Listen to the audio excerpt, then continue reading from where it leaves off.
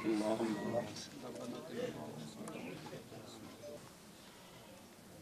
আমরা দোয়া করলাম সৈকত তার বাবা এবং তার আত্মীয় স্বজনকে এই দেশ থেকে বিতাড়িত করেছেন এবং আজকে আমরা তার পাশে দাঁড়িয়ে কবরের পাশে দাঁড়িয়ে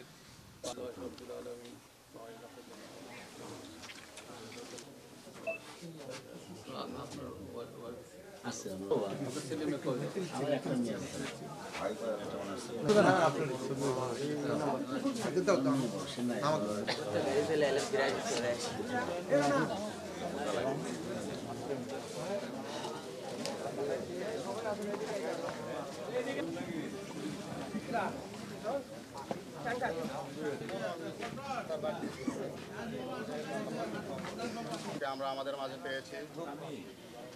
আপনারা জানেন পতনের জন্য যে আন্দোলন হয়েছে, সেই আন্দোলনে তাকে আমি বহুত বড় আশা করে, অনেক বড় আশা নিয়ে আমার সন্তানকে আমি মানুষ করেছিলাম।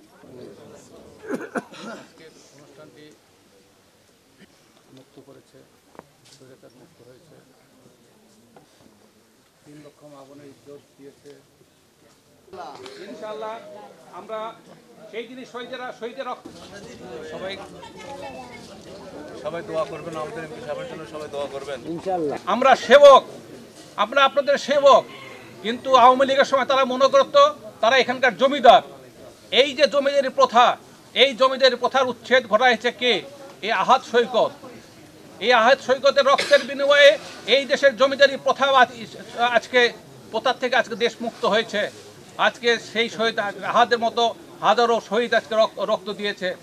এরকম এত রক্ত স্বাধীনতার পরে কোনো সময় কোনো দেশে এত রক্ত কেউ দেয় নাই।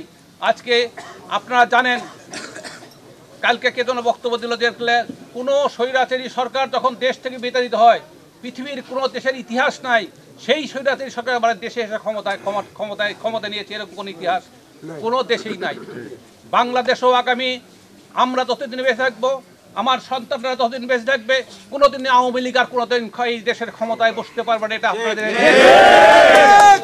কাজেই আওয়ামী বিহীন একটি বাংলাদেশ গড়ে উঠেছে, যেই বাংলাদেশে আগামী দিনে তারেক রহমানের যে ঘোষিত 31 দফা, এই 31 দফা এই দেশের মৌলিক স্বাধীনতা, এদেশের সার্বভৌমত্ব, এদেশের গণতন্ত্র, এদেশের সামাজিক নিরাপত্তা, এদেশের ভোটাধিকার নিশ্চিত করা, এদেশের আগামী দিনে এদেশের সকল স্তরে উন্নয়ন, মহিলাদের উন্নয়ন, যুবকদের বেকারত্বের অবসান, এদেশের মানুষের সকল ক্ষেত্রে একটা সাম্য এবং সমতা মানবিকতা নিয়ে এদের জন্য গড়ে উঠতে পারে, সেই জন্য তিনি 31 দফার একটি রূপরেখা তিনি ঘোষণা করেছেন। যে 31 দফার মধ্য দিয়ে শহীদ জিয়ার 19 দফা কর্মসূচি যেমন এই দেশের মানুষকে ঐক্যবদ্ধ করেছিলেন, আজকে তারেক রহমান তারই সুযোগ্য সন্তান জনাব তারেক রহমান সাহেব 31 দফার মাধ্যমে এদেশের সকল মানুষকে ঐক্যবদ্ধ করতে চান।